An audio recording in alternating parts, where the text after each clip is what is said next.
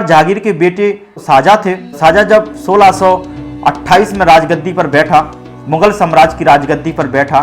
और 1658 तक राजगद्दी पर बैठता है, लगभग 30 साल तक राजगद्दी पर बैठता है। शाहजहां भी जो है कला के प्रेमी थे, संगीत के प्रेमी थे और मुगल साम्राज्य में तो विस्तार चाहते थे और मुगल साम्राज्य का विस्तार तो करना ही चाहते थे और उसको मुगल साम्राज्य को बाहरी आक्रमणों से सुरक्षा करना तो चाहते थे, लेकिन इसके साथ ही वो अपना राजगद्दी से ध्यान बांटने के लिए कला संस्कृति, कला सांस्कृतिक कार्यक्रम, डांस, नृत्य,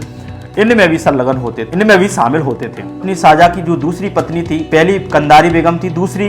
पत्नी थी मुमताज महल बेगम थी और मुमताज बेगम महल से उनका इतना प्रेम था, इतना अत्यधिक प्रेम करते थे। शाहजहां की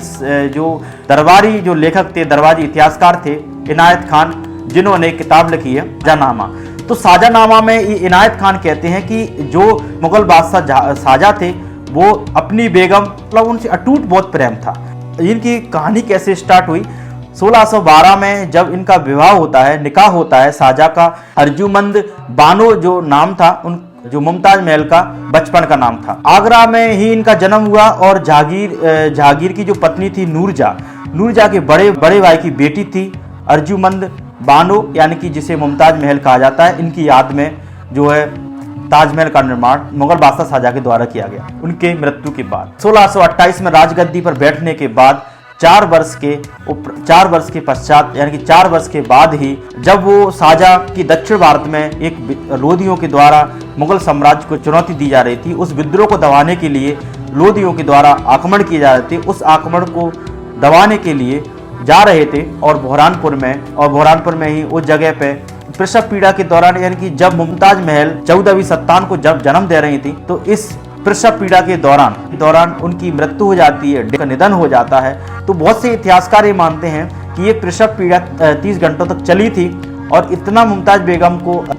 महल को इतना पीड़ा हुई, दर्द हुआ कि उस दर्द को सह नहीं पाए, क्योंकि बताया ये जाता है जब वो दक्षिण में ग्वालियर होते हुए, धौलपुर होते हुए जब वो पैदल जा रहे थे, लगभग 700 से अधिक किलोमीटर पैदल चले, इस कारण उनको शारीरिक थकावट और दर्द, प्रसव पीड़ा का जो दर्द हुआ, इस दर्द को सह नहीं पाए, इस कारण उनकी मृत्यु हो गई। 39 साल की उम्र में मुमताज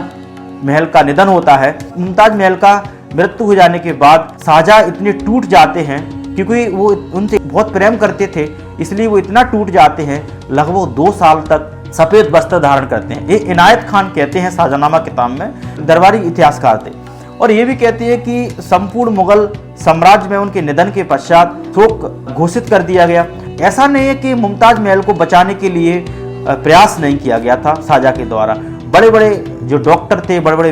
वेद हुआ करते थे उस समय, बड़े बड़े ज्योतिष थे, वो सब मुमताज महल के जान बचाने के लिए लगाए गए थे, लेकिन इसके बावजूद भी, तमाम प्रयास करने के बावजूद भी शाहजहां के द्वारा उनके जीवन को बचा नहीं पाए और अंततः मुमताज महल को अपना जीवन खोना पड़ा इस प्रसव पीड़ा में। शाहजहां की और पत्नियों के बारे में बात करते तो शाहजहां की लगभग 13 पत्नियां थीं और दूसरी बेगम मुमताज महल थी। इनका बचपन का नाम अर्जुमंद बानो था। प्रसव पीड़ा में जो जिस बच्ची का जन्म दिया था मुमताज महल ने, उस बच्ची का जो नाम था गौहर बानो था। अर्जुमंद बानो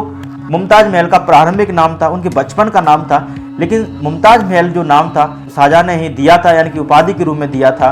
इस तरीके से मुमताज महल की मृत्यु और निधन के बाद इतने शोक में डूब गए और इस तरीके बताया जाता है कि जो शाहजहां थे, सत्ता और सांस्कृतिक कार्यक्रम इनसे सबसे दूर होने लगे और संगीत से दूर हो गए, इस तरीके से शोक में डूब गए। फिर उन्होंने एक दिन रियलाइज़ किया कि मेरी पत्नी का निधन हुआ है, इनकी मृत्यु तो हो ही गई है, लेकिन इसका प्रभाव मेरे सार्वजनिक जीवन, यानी कि मुगल राज सत्ता पर नहीं पड़ना चाहिए, राजगद्दी पर नहीं पड़ना चाहिए, क्योंकि मुगल साम्राज्य एक शक्तिशाली मुगल साम्राज्य है और एक पवित्र राजगद्दी पवित्र वाला है। इस सार्वजनिक पद पर मेरे पर्सनल जीवन, यानी कि मेरे निजी जीवन का प्रभाव नहीं पड़ना चाहिए, इसलिए उन्होंने फिर जो है सत्ता को ठानने का प्रयास किया गया।